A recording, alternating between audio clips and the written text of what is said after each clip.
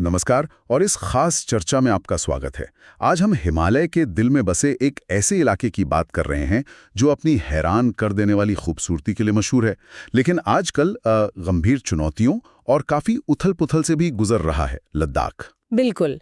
लद्दाख जिसे कई लोग छोटा तिब्बत भी कहते हैं, उसकी अपनी एक अलग सांस्कृतिक पहचान है और भारत के लिए इसका रणनीतिक महत्व भी जबरदस्त है। हाँ। लेकिन हाल के दिनों में ये स्थानीय लोगों की उम्मीदों, केंद्र सरकार की नीतियों और एक जाने-माने चेहरे सोनम वांगचुक के इर्द-गिर्द घूमते तनाव की वजह से लगातार खबरों ने है। तो चलिए आज लद्दाख के इस पूरे मामले को समझने की कोशिश करते हैं, इसके पुराने इतिहास से लेकर आज के इस मुश्किल दौर तक।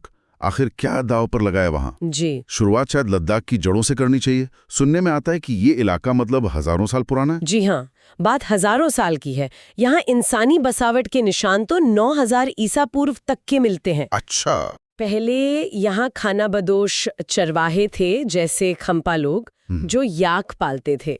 फिर सिंधु नदी के किनारे मौन जैसे वो इंडो आर्यन समूह बसे।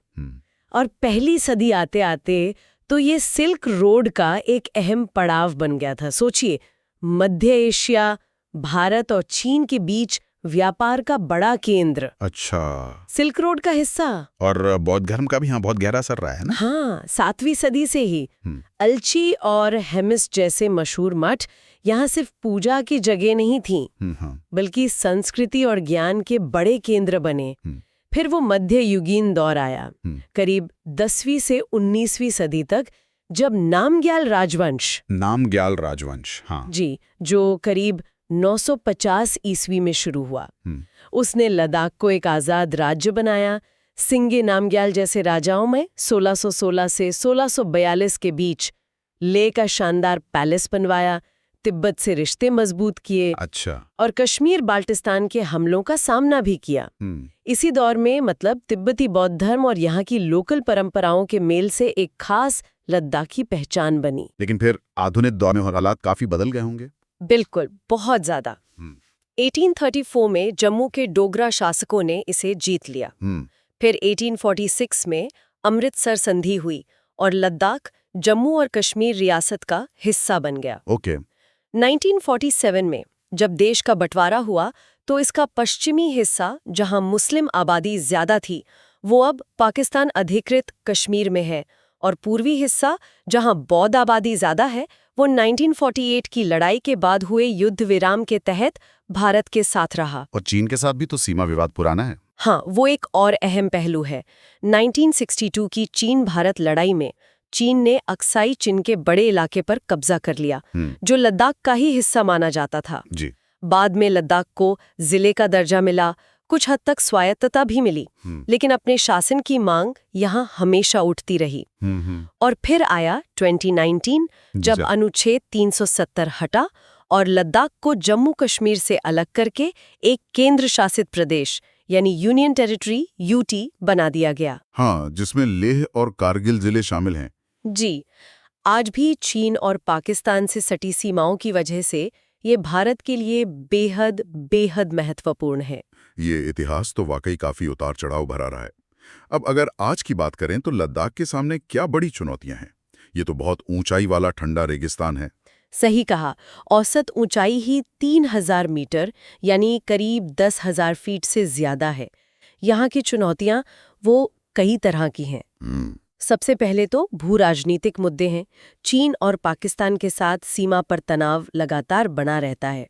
2020 में गलवान घाटी में जो हुआ, हाँ, वो तो सबको याद है। जी। सेना की भारी मौजूदगी जरूरी है, लेकिन इससे स्थानीय संसाधनों पर दबाव पड़ता है और चरवाहों के अपने पारंपरिक चारागाहों तक पहुंच भी कम हो जाती है। अक्साई चिन पर चीन का कब्जा तो है ही एक स्थायी चिंता। और पर्यावरण के लिहाज से भी ये बहुत नाजुक इलाका माना जाता है। बेहद नाजुक। यहाँ का पूरा इकोसिस्टम बहुत संवेदनशील है। ग्लेशियर तेजी से पिघल रहे हैं और ये बहुत बड़ी चिंता की बात है, क्योंकि लद्दाख को 80% से ज्यादा पानी इन्हीं ग्लेशियरों से मिलता है। 80%? बाप रे। हाँ, पानी की कमी बढ़ रही है। ऊपर से जलवायु परिवर्तन के कारण मौसम का मिजाज बदल रहा है। कभी सूखा तो कभी अचानक बादल फटने जैसी घटनाएं। हाँ, वो फ्लैश फ्लड्स। जी, जो लोगों की रोजमर्रा की जिंदगी और खेती बाड़ी के लिए खतरा है।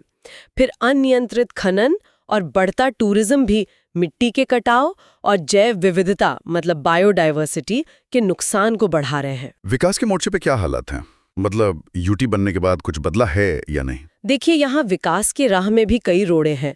युवाओं में बेरोजगारी काफी ज्यादा है।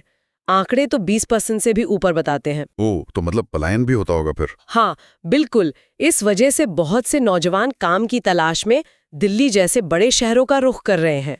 कनेक्टिविटी अभी भी एक बड़ी समस्या है, चाहे वो सड़कें हों या इंटरनेट।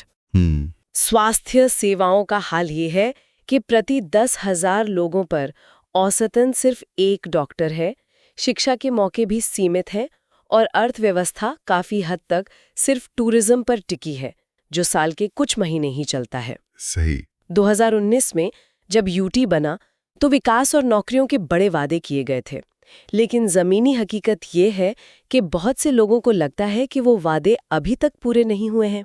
और इन सब के बीच ये सांस्कृतिक और राजनीतिक चिंताएं भी उभर रही हैं। हाँ, ये बहुत अहम मुद्दा है।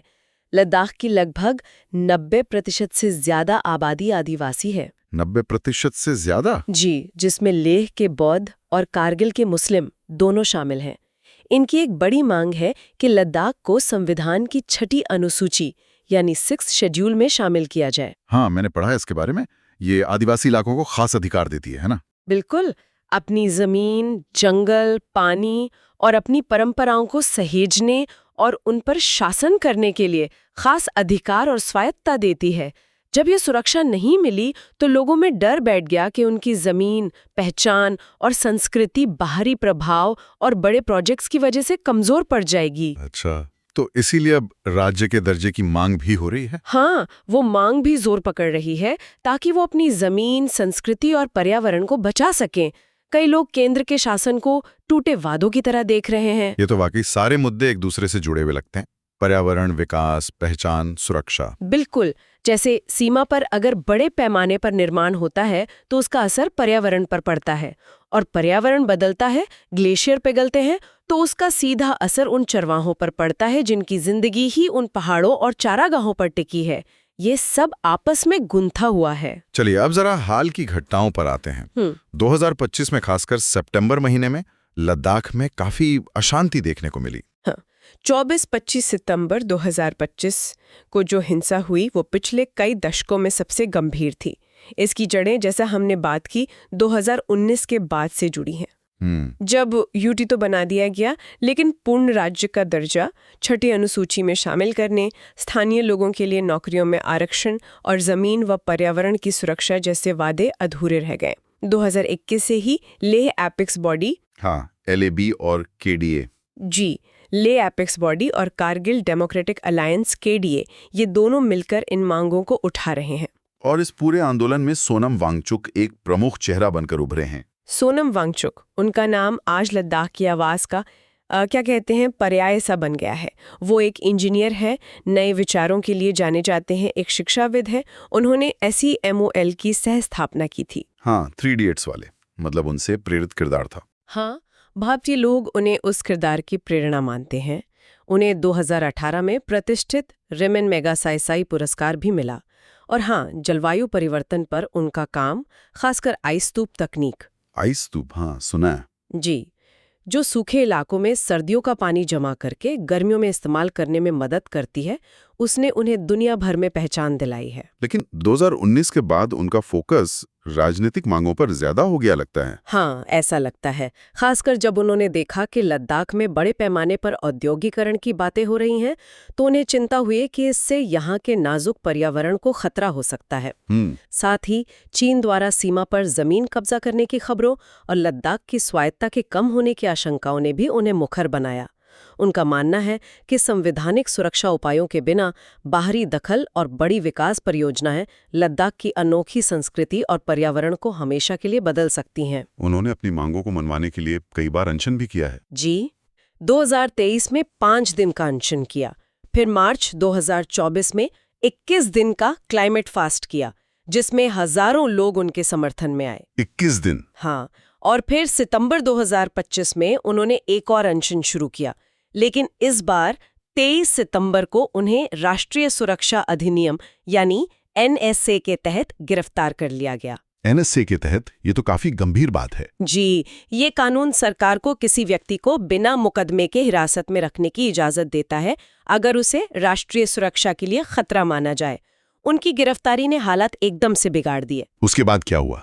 क्या उनकी गिरफ्तारी शांतिपूर्ण रही? गिरफ्तारी के तुरंत बाद लेह और कारगिल में खासकर युवाओं और छात्रों ने शांतिपूर्ण प्रदर्शन शुरू किए, लेकिन 24 सितंबर को ये प्रदर्शन हिंसक हो गए। प्रदर्शनकारियों और पुलिस व CRPF के जवानों के बीच झड़पें हुई, पत्थरबाजी हुई, सरकारी गाड़ियों और लेह में BJP के दफ्तर समेत कई जगहों पर आगजनी की गई।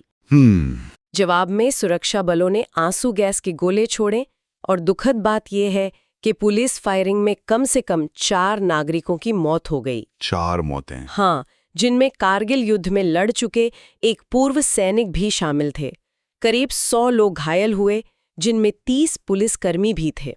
इसके बाद लेह में कर्फ्यू लगा दिया गया और इंटरनेट बंद कर दिया गया। इस हिंसा का वहां के आम जीवन पे क्या असर पड़ा होगा? जाहिर है बहुत गहरा असर पड़ा। लेह ऑटोनमस हिल डेवलपमेंट काउंसिल LAHDC के चुनाव टालने पड़े। हालांकि मांगों को लेकर लेह और कारगिल के लोग एकजुट दिखे, लेकिन कुछ हद तक सांप्रदायिक तनाव बढ़ने की चिंताएं भी सामने आईं। और टूरिज्म पे तो बहुत बुरा असर पड़ा होगा। बिल्कुल, टूरिज्म जो लद्दाख की अर्थव्यवस्था की रीढ़ है, वो बुरी तरह प्रभावित हुआ। माहौल में एक डर और अनिश्चितता फैल गई। सोनम वांगचुक की गिरफ्तारी और फिर उन पे जो आरोप लगे हैं वो तो काफी गंभीर सुनाई देते हैं। हाँ, प्रशासन और केंद्रीय एजेंसियों ने उन पर कई बेहद संगीन इल्जाम लगाए हैं।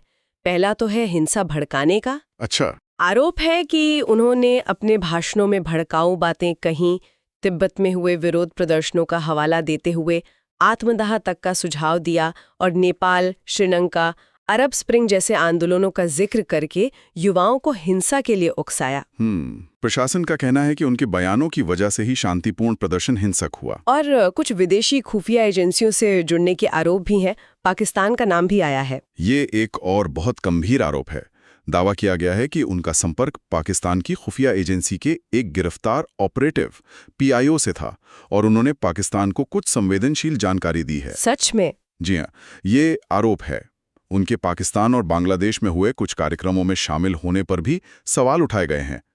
लद्दाख के DGP ने बाकायदा प्रेस कॉन्फ्रेंस करके एक PIO की गिरफ्तारी और उसके वांगचुक से जुड़े होने की बात कही थी। और विदेशी फंडिंग और पैसे के लेन देन में गड़बड़ी के आरोप भी लगाए गए हैं। बिल्कुल, आरोप है कि उनके NGO सीखमोल और हायल ने FCRA मतलब फॉरेन कंट्रीब्यूशन रेगुलेशन एक्ट, इसकी जरूरी मंजूरी लिए बिना 15 करोड़ रुपए से ज्यादा का विदेशी चंदा लिया है। 15 करोड़?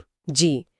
इसके अलावा छिपे हुए बैंक खाते रखने, हायल सीखमोल के जरिए पैसा विदेश भेजने और मान्यता के बिना डिग्री कोर्स चलाने जैसे आरोप भी हैं। ED और IB जैसी केंद्रीय एजेंसियां इन मामलों की जांच कर रही हैं। तो कुल मिलाकर उन पर राष्ट्र विरोधी गतिविधियों में शामिल होने का आरोप लगाया जा रहा है? जी, प्रशासन का यही कहना है कि उनकी गतिविधियां देश की सुरक्षा के लिए खतरा बन गई थीं और उनकी भूख हड़ताल बातचीत के रास्ते में रोड़ा बन रही थी। NSA के तहत उनकी हिरासत को इसी नजरिए से देखा जा रहा है। लेकिन इन सभी आरोपों पर सोनम वांगचुक और उनके समर्थकों का क्या कहना है? उनका पक्ष क्या है?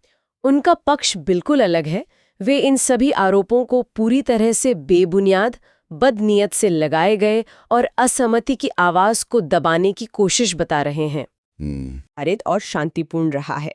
वो याद दिलाते हैं कि वांगचुक ने भारतीय सेना के लिए भी काम किया है, जैसे वो सोलर शेल्टर बनाना। हाँ, सोलर शेल्टर और आइस स्तूप। जी। फंडिंग के आरोपों पर उनका कहना है कि सारा पैसा पारदर्शी तरीके से आया है, ज्यादातर पूर्व छात्रों और शुभचिंतकों से दान के रूप में, जिसके लिए FCRA की जरूरत नहीं होती। वो इसे HIAL को बदनाम करने की साजिश या विच हंट कह रहे हैं। और पाकिस्तानी लिंक वाले आरोपों पर? उन आरोपों को वो पूरी तरह नकारते हुए कहते हैं कि वो कार्यक्रम ICIM मोड के जरिए हुए पेशेवर बहुराष्ट्रीय जलवायु सहयोग का हिस्सा थे, जिनका मकसद जासूसी या देश विरोध कतई नहीं था। मामला तो काफी पेचीदा है। कानूनी तौर पर अभी स्थिति क्या है? हम 6 अक्टूबर 2025 की बात कर रहे हैं। अभी सोनम वांगचुक राजस्थान की जोधपुर सेंट्रल जेल में हिरासत में है। उनकी पत्नी गीतांजलि अंगोमो ने उनकी रिहाई के लिए सुप्रीम कोर्ट में बंदी प्रत्यक्षीकरण यानी हेबियस कॉर्पस याचिका दायर की है। हाँ, हेबियस कॉर्पस। जी, 6 अक्टूबर को सुप्रीम कोर्ट ने इस पर सुनवाई की और केंद्र सरकार, लद्दाख प्रशासन और राजस्थान सरकार को नोटिस जारी करके उनके हिरासत के आधार पर सवाल उठाए हैं। अगली सुनवाई 14 अक्टूबर को होनी है। अच्छा। वांगचुक ने अपने वकील के जरिए ये संदेश दिया है कि जब तक सितंबर की हिंसा में मारे गए लोगों की मौत की स्वतंत्र न्यायिक जांच के आदेश नहीं दिए जाते, वो जेल में ही रहने को तैयार है। प्रशासन ने एक मजिस्ट्रेट स्तर की जांच का आदेश तो दिया है, लेकिन प्रदर्शनकारियों ने उसे नाकाफी बताते हुए खारिज कर दिया है। इस बीच गिरफ्तार किए गए कुछ युवा प्रदर्शनकारियों को जमानत पर रिहा किया गया है, लेकिन सरकार और प्रदर्शनकारी समूहों के बीच बातचीत फिलहाल रुकी हुई है। इस पूरे घटनाक्रम पर लोगों की राय भी काफी बटी हुई होगी। हाँ, समाज में काफी ध्रुवीकरण दिख रहा है। एक बड़ा तबका उन्हें हीरो मानता है जो लद्दाख के लोगों के हक, उनकी पहचान और पर्यावरण के लिए लड़ रहा है, तो दूसरी तरफ कुछ लोग उन्हें सुरक्षा के लिए खतरा मानते हैं और प्रशासन की कार्रवाई को सही ठहराते हैं। कई मानवाधिकार संगठन इस पूरी कार्रवाई, खासकर एनएसए के इस्तेमाल और मौतों पर सवाल उठा रहे हैं और जवाबदेही की मांग कर रहे हैं।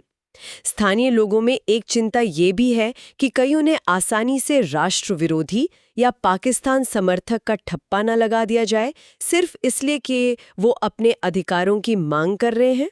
अगर हम इन हाल की घटनाओं से थोड़ा ऊपर उठकर देखें तो इन्हें बड़े परिप्रेक्ष्य में कैसे समझा जा सकता है, खासकर सीमाओं और पर्यावरण के नाजुक संतुलन के लिहाज से? देखिए, वांगचुक और उनके समर्थक एक दिलचस्प तर्क देते हैं।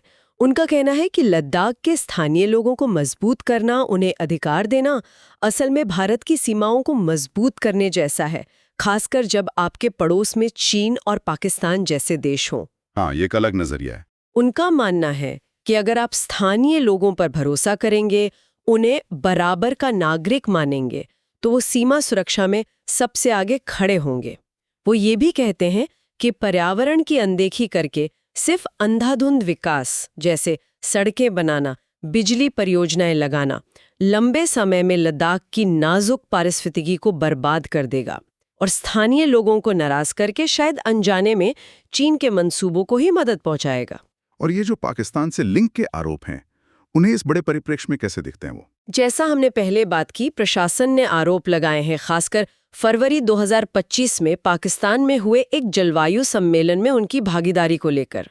वांगचुक और उनकी पत्नी का स्पष्ट कहना है कि वो ICMOD के तहत एक पेशेवर कार्यक्रम था जिसका फोकस क्षेत्रीय जलवायु सहयोग पर था और इसका कोई छुपा हुआ एजेंडा या राष्ट्र विरोधी मकसद नहीं था।